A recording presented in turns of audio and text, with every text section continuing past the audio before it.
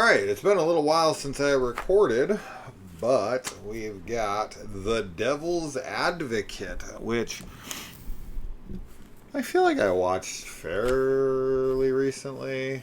I'm also doing a double header here. I haven't watched it yet. The Ninth Gate with Johnny Depp, which I just watched with my wife in the last couple months or something, but I definitely will have to rewatch it for this. But The Devil's Advocate for 1997. First thing right off the bat, whoever decided to cast Al Pacino as the devil just inspired casting. Incredible. I mean, perfection. This couldn't be a better casting here on that role. He is just the perfect devil. This is so funny. Al Pacino might be the most like charismatically hilarious over the top actor who somehow makes it work. He is so absurd with how he talks, with like he like overacts, but in a way that works, and it's kind of mesmerizing. Like, I know a lot of people love to bring up like, you know, something in something like Heat or something. It's like, she's got a huge ass, like that stuff. So funny, so funny. No, I just feel like nobody else could pull it off like he does. Like, I feel like Nicolas Cage is somebody who obviously goes hard and goes big and goes wild with stuff, but he just is all over the place, and sometimes it works and sometimes it doesn't. Sometimes it's, you know, way more insane, sometimes it's toned down. But Pacino, he just, I don't know, man.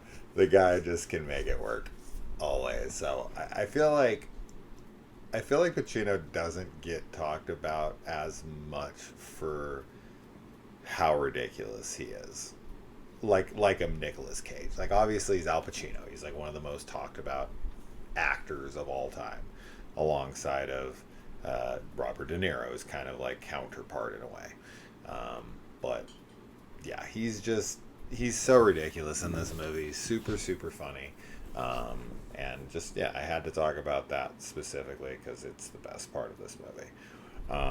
And then we, of course, got Keanu Reeves here doing a southern accent, and his wife, played by the very young, insanely beautiful, incredible Charlize Theron, who probably gives the best performance in this movie. I genuinely feel like, while you are kind of hung up on this accent Keanu gives, because, like, okay, Keanu Reeves is an actor that I think he gets by on the fact that he's very good looking and that he's super fucking likable, and he's just so cool, like in and out of movies, right? Like, but especially when he was younger, his acting is kind of rocky, and he's not bad in this movie, but he's not great either.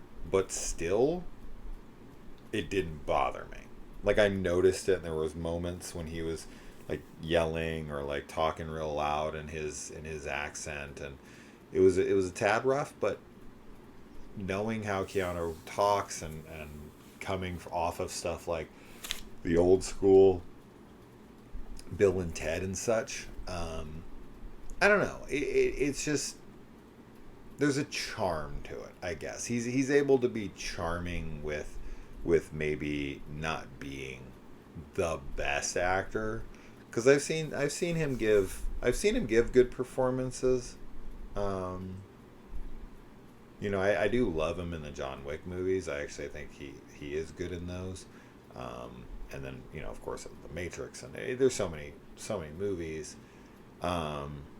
But then there's performances where he's pretty bad, like in Knock Knock, the Eli Roth movie, which I mostly blame Eli, because I don't think Eli is a good actor director.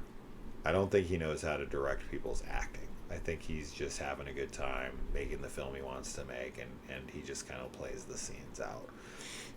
So I think Keanu needs a really solid actor's director to kind of rein in his maybe worst intentions sometimes when he goes with it. But anyway, but yeah, as I said, Charlize is just fantastic in this movie. I think she really gives an incredibly stellar performance here that is pretty devastating, to be honest. Like, as she's losing it, and because I kind of, while watching this movie, I couldn't help but liken this to almost like a refocused Rosemary's Baby, right? Where instead of focusing on Rosemary, we're focusing on the husband, right, on the outside, and we're kind of coming back to Rosemary randomly instead of her being the center of the film and focusing the majority lion's share of the time on her character. We instead do it over here on the husband character. And I know that it doesn't line up because obviously the characters are a tad different, but I feel like with what's going on in Charlize's character's life is reminiscent of Rosemary's Baby, and her performance I feel like is similar, where she starts out really excited and very, very happy to be in this really cool lavish apartment in the big city, and then as she's kind of like hanging around the neighbors and they're all working for the devil. It's very reminiscent of Rosemary's Baby, and her breakdown throughout just reminded me of it, and I think she's excellent. I think that once she gets towards the end, especially when she is in the like mental institution and no one believes her, and she's just kind of like right before she ends up taking her own life, just like the despair and how defeated she genuinely looks. Like, I was like, that's incredible. Like, she genuinely looks gone, like done. Like, no one's fucking listening to me. I can't take it anymore. What I've seen has broken me, and there is no coming back from this. And I really thought that stuff was pretty chilling. Just like the way she embodied that kind of like apathy, where she's just gone, history, didn't give a fuck anymore. So good on her for that. And Charlize is someone who, I've seen her in plenty of things over the years. I know she's making those like old guard movies right now with Netflix, which I've not seen. I know they're pretty liked, but and then Monster, I think, is her big claim to fame as far as like her acting chops, and then of course everyone loves her as Furiosa. And then if you want to talk about the Fast and the Furious stuff, Cypher, is that her name in those movies? Because I'm like The Matrix, Cypher, yeah, it's Cypher, isn't it? Whatever it is, correct me if I'm wrong there. I don't know. I'm just trying to think. Is this her best performance outside of maybe something like Monster? I'd have to watch Monster again. I know some of the like weight is kind of being pulled by the makeup, right, in that movie. I think that does a lot of the heavy lifting, but she's still great in it, don't get me wrong. So is Christina Ricci. It's been a while since I've seen that one, but outside of that, I have to rewatch that. And then what else? What is another great Charlize Theron performance like this? I still think she's great in Mad Max. I think she's, I've always liked her, and I like what she does. But this is the hottest she's ever looked, for sure, to me. I like both her curly hair and her accent, and then her when she colors her hair, she goes brunette, and she cuts it into a bob. that looked really good on her too. I don't know which one I prefer. And then, of course, me being me, you get to see all of Charlize in this, and A plus plus plus. What an incredibly beautiful, talented actress. So, yeah, that's all good. So, let's talk about the movie. All right, we get Heather Matarazzo. How the hell did Matarazzo? There it is. I like over the way I wrote that is weird. Matarazzo. Okay, I should know her last name, but I don't. So I'm not gonna pretend I do. As soon as I saw it, I was like, oh yeah, that is her name. So I know her. Probably, I mean, I know most people know her from Scream as Randy's sister, which I think is selling her short because I think her big claim to fame for me would definitely be Welcome to the Dollhouse. I think she's fucking great in that. And then in Hostel 2, speaking of Eli Roth, but she's been in tons of things, and I always like seeing her. I think she's cool. And then yeah, we kind of get the moral conundrum here, which really isn't really one, but for him, I guess it is. So we've got Keanu, and he is a lawyer, and he is having to, make this decision. Am I going to get this guy off while he's getting himself off to the testimony of a girl that he assaulted? That scene is grim. Him like sitting next to this guy who he's defending, and the girl on the stand is detailing out her assault and reliving it and giving all the details on it, and this guy's sitting there touching himself under the table to the details. Oh boy. And even, I mean, so Keanu's character in this, I really like that he is corrupted, that he is not a good person. I mean, realistically.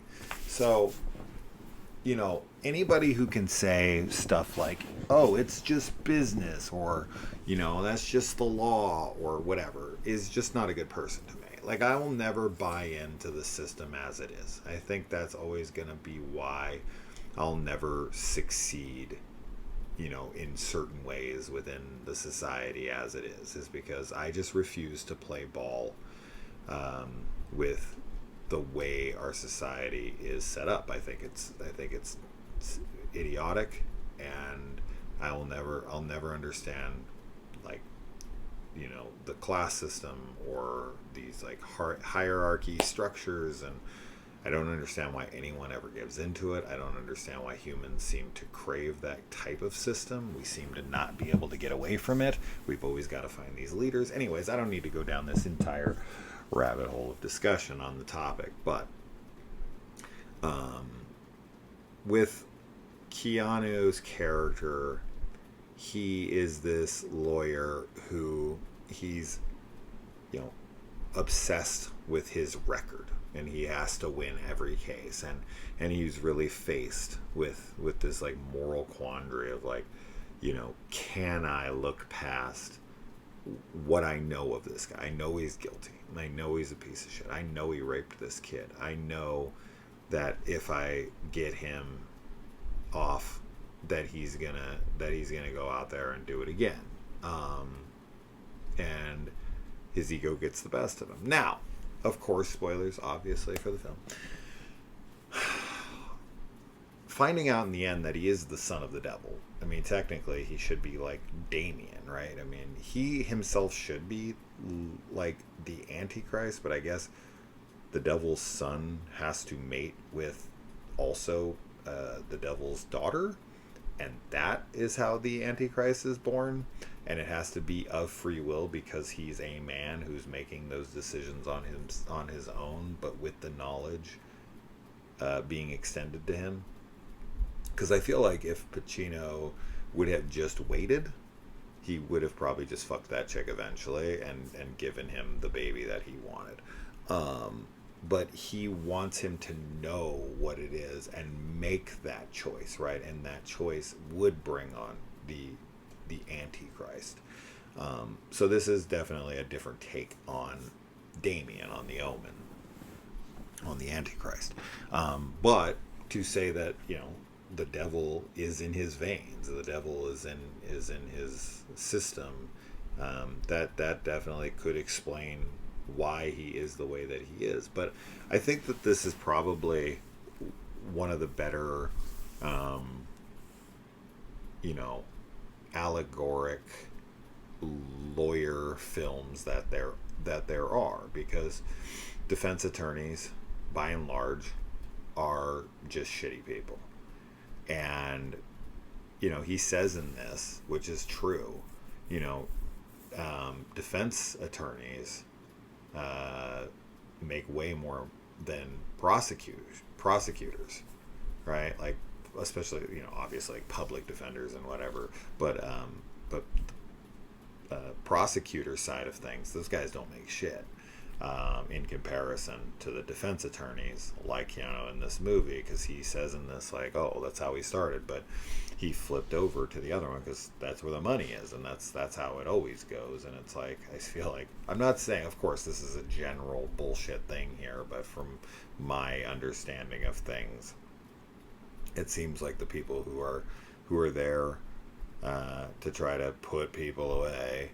But I don't, okay, so like, I'm not even going to complete that thought. I was just going to say prosecutors are the good and the defenders are the bad, which it seems like it should be the opposite, right? Like, oh no, you're innocent. I get why the system is the way the system is, to a degree. I think it's fucked. I think that there's all sorts of jargon and nonsense that goes on in courts, where if you know the system well enough, or if you grease the right palms, or if you know, whatever, that you can kind of make miracles happen and get innocent people convicted, or you can get guilty people you know, off. But I guess I wish there was a way to do it, but this is why you have to remain bipartisan. You can't have any bias towards the case. You have to just take the facts as they lay, and your job is to defend the guy no matter what, and the other guy's is to, you know, try to make him guilty no matter what. I understand why the system exists like that, but at the same time, I just don't feel like that's the proper way to do it in theory, right? Like, you should really, everyone should be trying to come up with the right answer, not just, my job is to get him off, my job is to convict him. I get it. Like, I get why it's like this. I just, because it's so corrupt. That's the problem. Humans are always the problem. Because the system is so corrupt, that's not what it ends up being. It isn't, you know, a bipartisan party on one side and vice versa, and they're just arguing the details, and the truth will out, right? Like, I just don't feel like that's how it ends up happening. I remember I had a client once who was a kid in law school. One of the most arrogant pieces of shit I ever probably had the displeasure of having a conversation with. And I remember talking to him about law because I was curious on his thoughts towards it, what compelled him to go into it, whatever. And he, was going on a tangent about the law and how cool it was, and how, you basically, the whole point of what I'm trying to get to is the end of this, which is, I was asking about like the O.J. Simpson case, and I was, because he said something that prompted it, and that's what I was trying to cut out because that will take way too long to talk about. So it's eventually the conversation ended here, which was me being like, hey, the O.J. Simpson case, like, what do you think? Do you think he was guilty or not?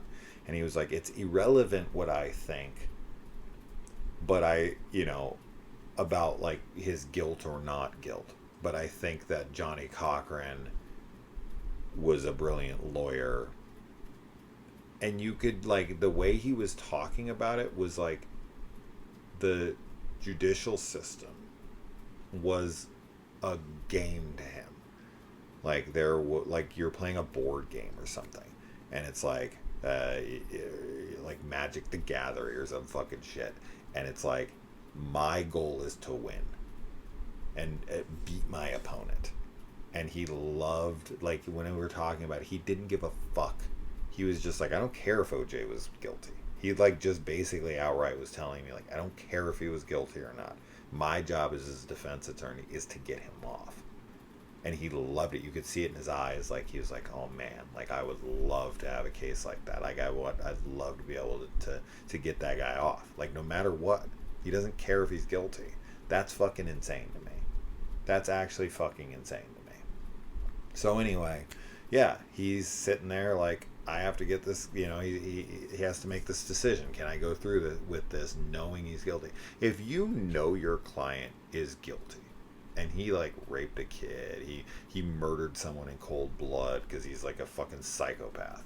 I'm not talking about, some justified crime or something that you are like, well, is this really a crime? I'm not talking about anything like that. I'm talking about things that 100% of any sane person would be like, this is villain, unacceptable, unforgivable behavior, and for you to just look the other way for a 100% conviction or acquittal rate, as the opposing side would be. How could anybody look at that kind of shit? It's wild to me that anyone would be able to look the other way, because the guy doesn't. I don't know. As I said, I'm just going on a long tangent because, yes, I get the arguments on the other side of it. This is what I'm saying. It's just, there's no way to do it perfect.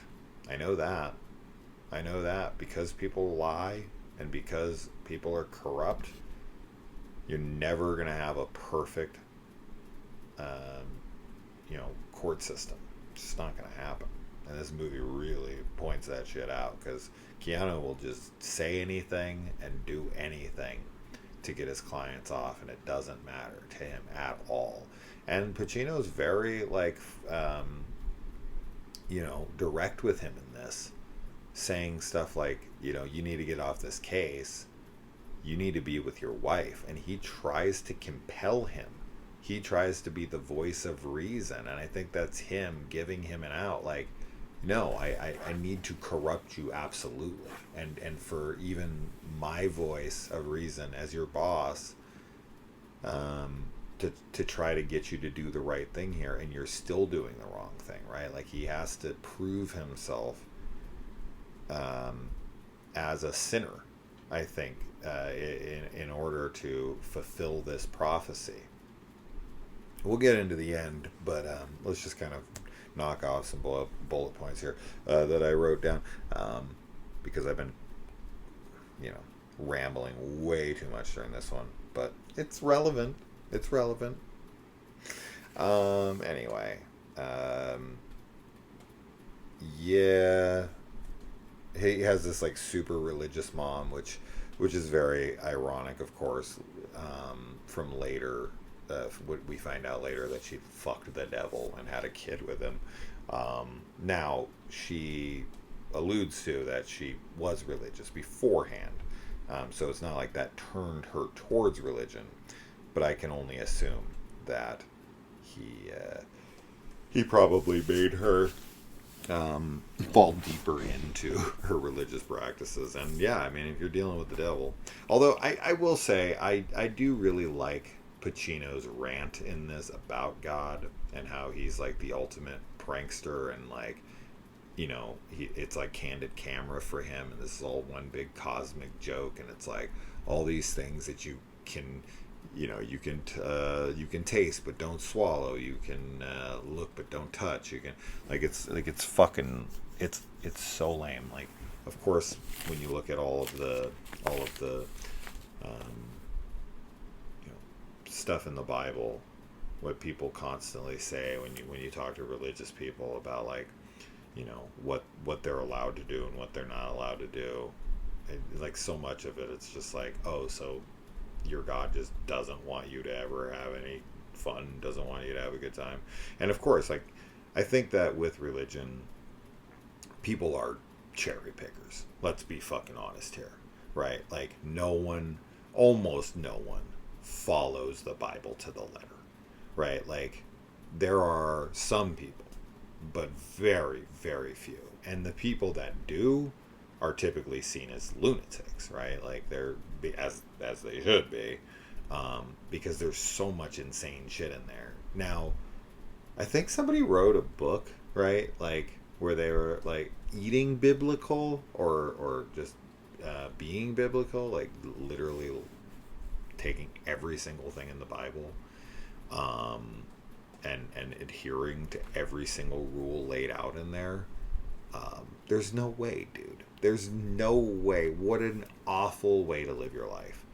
All of the stuff in like the Old Testament and like, I don't know much about the New Testament stuff. I don't know much about either, to be completely honest, but I've heard enough from both books that I'm just like, what the fuck? No way. And nobody like practices half of that shit, right? Like, they'll just cherry pick. They'll be like, oh well, the Bible says something about gay people, so I'm against homosexuality or some dumb shit. And then, but they'll completely ignore like working on the Sabbath or just all these silly things. Like, if you see your neighbor working on the Sabbath, you should stone him to death. So yeah, anybody who sees a guy working on Saturday, kill him. Kill him. Bible says to do it. I mean, you're adhering to the Bible, right? So, I don't know. All that stuff is so super, super silly to me. Anyway, and yeah, he talks about how he has a gift he can't explain. I think we can figure out why now. And the fact that Pacino's like his place has this skyscraper that he goes out onto the ledge of with him, and he like is walking around out there, and there's no handrails or anything. Would they even be able to make something like that in reality? Like, I know he's the devil, so he could probably get a contractor to sign off on whatever, city inspector. It wouldn't really matter. He's the devil. I'm sure he can influence people or pay him off. But would they be able to legally have something like that with no railing? Probably. I feel like I have seen stuff like that where I'm like, what? I guess, yeah, you don't have to have safety rails, especially if it's like a private entrance. But that's crazy, dude. I would never walk anywhere near the edge of that. I'm not good with heights. I am not good with heights at all. Like that. I couldn't walk near an edge or even close. I wouldn't even get within 15 fucking feet of that edge. The fact that he's just like walking around without even looking, it's great. And then we get his house that he's given, his like apartment or whatever. It's freaking ridiculous. One of the actors in this, I don't even know why I like wrote this down or even mentioning it. It's the actor who plays Uncle Benny in Lethal Weapon 4. Any Lethal Weapon fans? Fried lice. What the fuck is the joke between him and Riggs? It's fried lice, some shit like that. Yeah, the only way the devil travels in this is underground, which is fun. He says like the subway is the only way he travels, which is underground, like Satan. You get a Donald Trump mention here. Of course, that's aged differently now, being the figure that he is.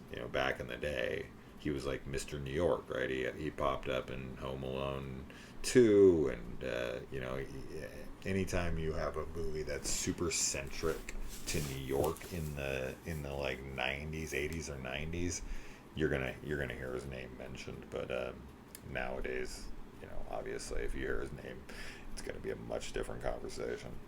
Um, and no comment. But I'm sure most of you know my feelings on that.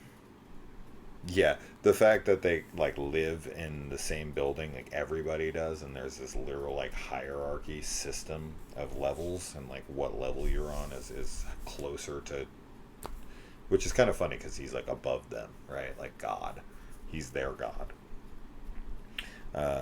There's some poor green screen in that conversation between him and what ends up being his sister when they're outside. And you got the city skyline behind them at night. It doesn't blend very well. These are the early days of green screen. You can tell. It's not terrible, but it's not great either. When he goes up into the devil's apartment and he's like, "Where's your bed?" and he's like, "I don't need one." What? Are we negotiating? Always. God, I love Pacino in this movie. He's so good. Oh, one of the rare things. I don't mention this very often because there's no reason to almost ever mention it. But we get black woman nudity. Tits, the works. Never see that. I'm telling you. I've asked this question before. Why is there so few naked black women in movies? Why? Is that just like what's the reason behind that? Are they not asked? Do they not want to do it? Or like what is the reason? Why do I see so many, especially white obviously. That's what made me think like they're not being asked. I almost feel like it's a racism thing. Um, or is it a cultural thing where typically black women are like, I'm not fucking taking my clothes off. Uh, in front of the camera. I got family who's gonna disown me if I show up nude in a movie. My whole family's gonna go see this thing. I don't know. I'm just throwing out ideas. But I'm telling you, man, I've watched a lot of movies in my life, and I've seen a lot of naked women in a lot of movies, and I would say it's white women most of the time, and then, but black would definitely be very low, very low. But then again, I mean, I guess when I'm just thinking about races in general, I've seen definitely a decent amount of Asian women, but it would depend on what type of movie it is. But like I'm thinking like Indian women, never, almost never. So I guess if I was really thinking about the races, but I guess maybe it's more noticeable because in American movies, typically the actresses we get that would have roles where they would have the ability to get nude is primarily white and then black. And then from there it would be, Mexican, all the other races down. So maybe that's why it's noticeable to me, because it's like I see a lot of black women in movies, and they just in their sex scenes or anytime there's like a sexy scene, they'll get into a bra, they'll get it, it'll get sexy, but it'll never ever get to the place where they take their top off. It's weird. I don't know why that is. Anyways, I've spent way too much time talking about this topic, but I'm just so curious on that. But she makes Charlize feel her tits. She's like, come on, feel them. That's the true test. You got to see if they're real or fake. Real or fake is kind of funny because they're not very big. But she does mention, like, not too big, not too small. Feel them. They're great. She has wonderful breasts. But they're smaller. So I would never expect those to be fake. Because they're B's at best. They're pretty small. And girls do get breast implants from like very little, like nothing, to just a little something, nothing crazy, which I think is probably smart. I think if you're really flat chested and you get a boob job and it's like over, like it's big, then it's like the balls, right? That's what ends up happening because there's like no skin to like let them hang kind of more naturally. So I think the smaller would be the better option. But I just remember remember. Like, I just watched this movie fucking today, but it was funny watching this scene and being like, I don't think anyone would ever think your boobs are fake, but maybe that's the intention. So maybe they are, but there's no way this girl's boobs are fake in real life. They're just, I don't know. Anyway, a lot of boob talk. A lot of boob talk.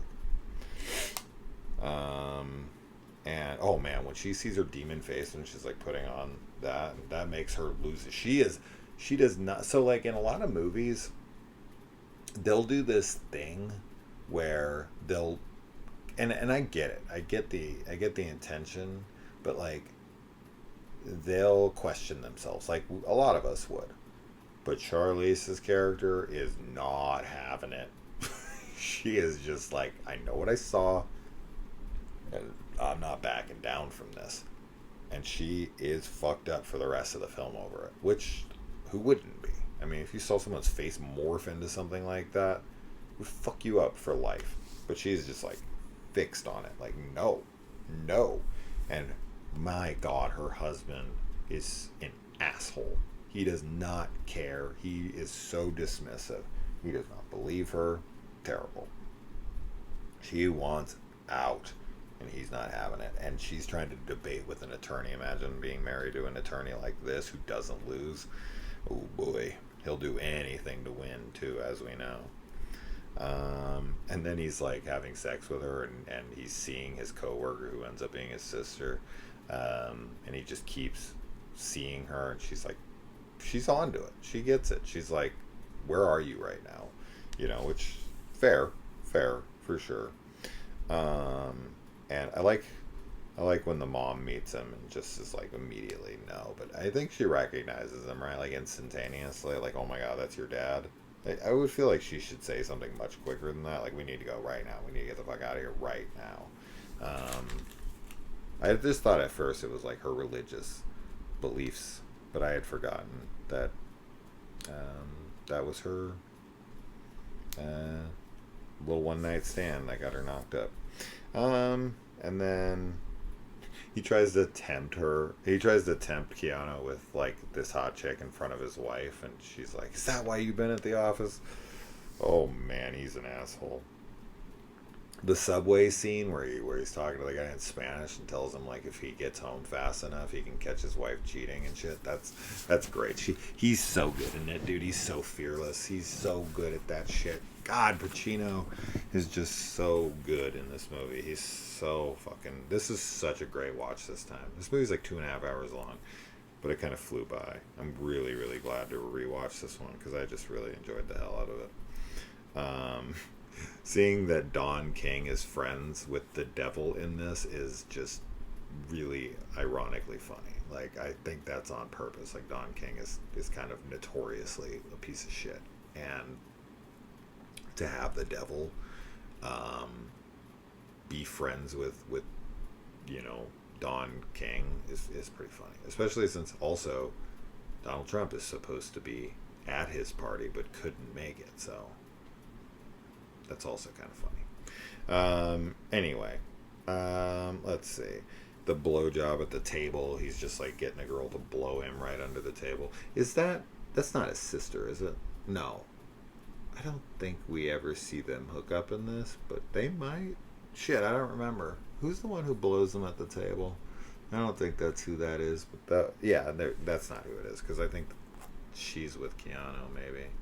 I don't know, but dude.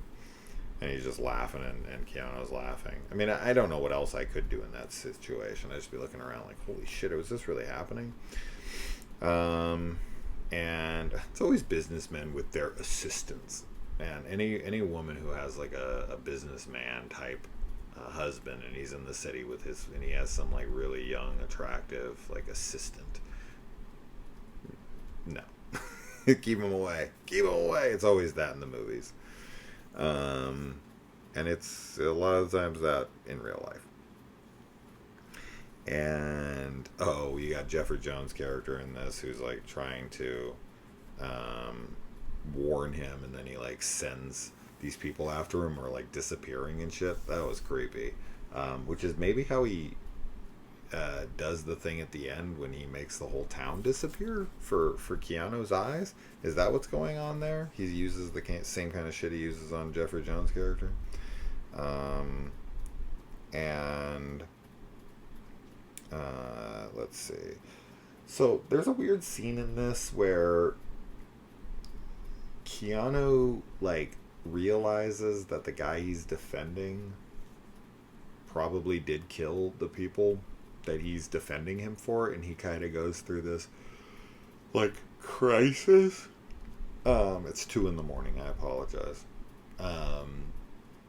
But he goes through this like crisis where he's like, I don't know. He's like kind of freaking out, and then he has to like make a decision again. Like, I guess it's like, can I sell my soul even a little bit more? But if you're gonna look past a guy jacking off to a little girl recounting her rape by him on the stand, you're willing to look past fucking anything. So this is a little bit stupid to me. Like, dude, we know you sold your soul at the beginning of the movie. It's fucking done, right? Like, you started at the fucking 1 yard line in this film. It was a touchdown a long time ago. So I don't I don't know. Am I supposed to believe that you can't look past this when you already looked past that? Like, raping a kid is the most heinous thing you could do. But I think most of us can agree on that. So I don't know. I'm supposed to buy that he's like, oh no, this is a bridge too far. Or maybe I can't do this for a second. Get the fuck out of here. He's leaving his wife at home, who's like near suicidal. He's letting kids get raped and a pedophile off. Like, dude, you don't have a leg to fucking stand on. So I'm not buying it.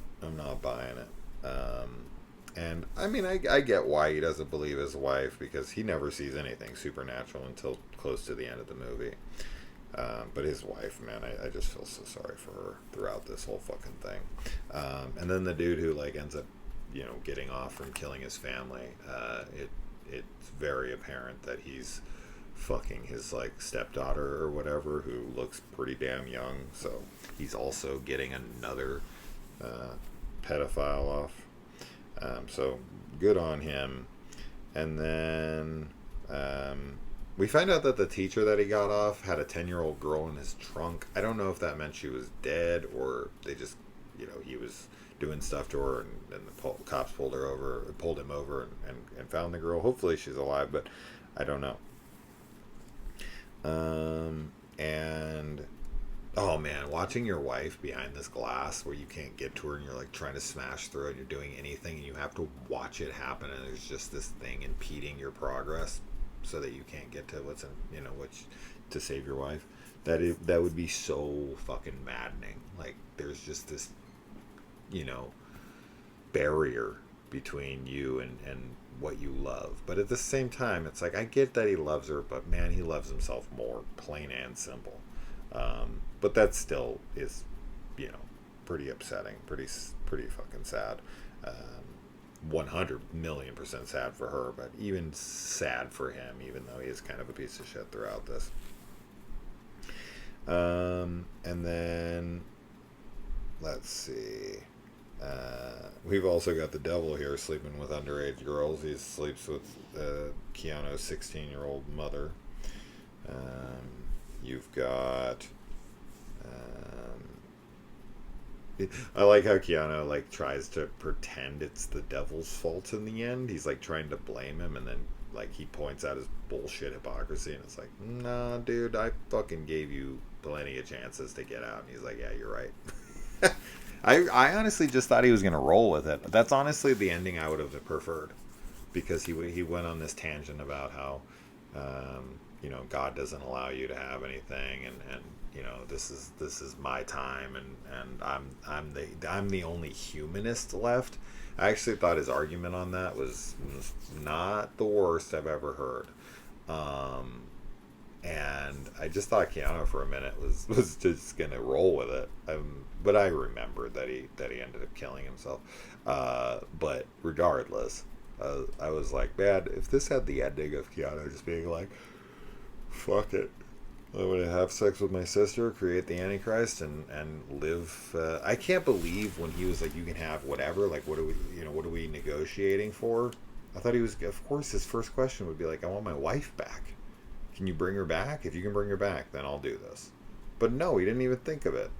I think because ultimately he wasn't gonna do it, but he kind of starts to give in to it, and then he's like, "Yeah, free will," and he shoots himself, and you know, the devil loses his mind and he sets himself on fire and he burns his sister and everything, and then it like goes back in time to the case where he kind of sells his soul to the devil, so to speak, and he gets to do over, and he does the right thing, um, so to speak, although he's like, I'll just give this case to someone else, and the other guy's gonna just try to defend him and get him off. I don't know what more he could have done. I guess he could have just been like, my client is guilty, he's jacking off under the table. I don't know. Put me on the stand. You really gotta go to bed, guys. But yeah, and then he ends up falling for the devil's trick in the end. Because I was gonna suggest, outside of this last second twist type ending where Pacino is this photographer guy, and he's just like, or investigative reporter, whatever the fuck. He is talks him into to talking about this because of the fame, right? And it's the sin of vanity, and it's my favorite sin, and he gets him, and it's just a do over, and he falls for the trap again with the vanity thing, and I guess that's ultimately going to lead him to the same conclusion. Like, he's going to be like, you got to fuck your sister again, and he's going to be like, no, I'm not going to do it. Like, he needs him to make the decision. He still remembers what he did before, right? So when it comes down to this, because like Pacino laughs and he's like, got him. And it's like, did you though? He still has to fuck his sister. No, just in this timeline? Isn't that how that would work? And so like once it's revealed that he's Pacino, like I don't understand. I don't understand the ending. Like I get the kind of nod of like, he didn't change. He just had this kind of he's sorry because he got caught. He's sorry because it all went wrong. But this is who he is. Like, I get what they're saying. Like, at the end of the day, we are who we are to a degree. I think we can change, and if anyone's going to, it would be something like this. It would be him. But like, I don't really understand how that would operate exactly. I don't understand how that would function. Like, does he try to this time stay out of it and ultimately get him to cheat on his wife, or maybe pose his sister as his wife, since they seem to be able to shapeshift to some degree, but maybe not. Maybe he can just project images into his head to try to manipulate him into wanting to fuck his sister. I don't honestly know. And he even says like, I've wanted you since the moment I saw you, which is fair. I mean, you can't help your sexual desire for somebody. But regardless, like, I was gonna say maybe this whole damn thing was in his head. Like when he went into the bathroom and he thought, can I get this guy off? Like, can I do it? Right? And he went in his head and he made up this whole thing of like, I'm selling my soul to the devil if I get this off. And he like made up this insanely elaborate story and had almost like a daydream, putting himself through the motions of like, can I go through with this? And it led to like him seeing himself as the villain, as this vain asshole who ignores his wife till she kills herself, and he ultimately ends up in bed with the devil. So like, I liked that interpretation of like, none of this happened. This was just him in his head being like, I can't do this, right? And then unfortunately it has to end, which I don't dislike the ending exactly. I don't love it, but I get it. It's the twist. You can't get away from the devil. You can't escape him. But I don't know. I think that I would have liked it if Pacino wasn't the devil at the end there, and it would have been open for interpretation of like, did any of that happen? But now, as I said, what do you guys think? For the two of you that are still watching after all of this rambling, um, what do you think with this ending? Do you how does he still get what he wants? He just gets to reset the timeline every time he doesn't get the way he wants it to go, but why does he still remember it? Like, you would think he would just take away the memory, but if he doesn't take away the memory, then the outcome would be the same, right? So he has to let him somewhat remember it. So I don't know. It doesn't really make a lot of sense when put under any kind of scrutiny or thought to it. But maybe, yeah, these will be different events this time. He's going to tempt him in a different way. Like, you can't get away from me. You're just going to live in a looped reality until you give in or some shit. I don't know. If he can manipulate reality like that, where he can literally reset time and take away him killing himself, because he kills himself to stop this. But then he's able to bring him back from the dead by reversing time. If he can reverse time, I feel like he could change a lot of things. I don't know. Whatever. I'm overthinking it. He also only reset time for one guy.